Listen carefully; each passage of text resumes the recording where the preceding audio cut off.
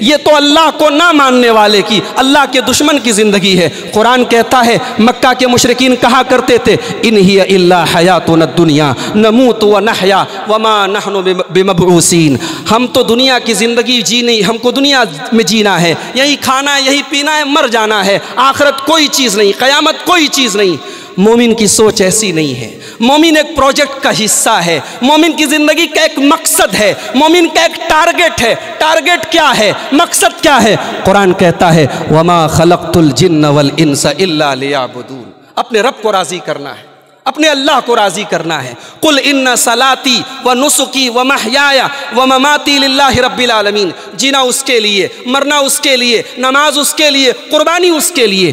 ہماری زندگی کا مقصد یہ ہے میرے بھائیو۔ یہ دوسرا مسئلہ ہے۔ علاج کیا ہے؟ علاج بڑا سمپل ہے، علاج بڑا سمپل ہے۔ ایک آدمی گزرا تھا قارون نام کا، بہت بڑا پیسے والا ارب پتی آدمی تھا، کھرب پتی آدمی تھا، بہت دولت تھی اس کے پاس۔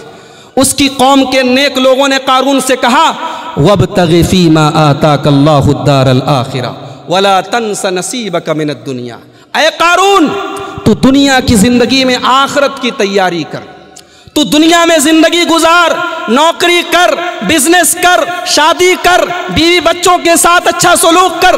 مقصد کیا ہو؟ آخرت کو بہتر بنانا ہو، دنیا کی زندگی کا مقصد آخرت کی تیاری ہو۔ یہ دوسرے مسئلے کا حل ہے۔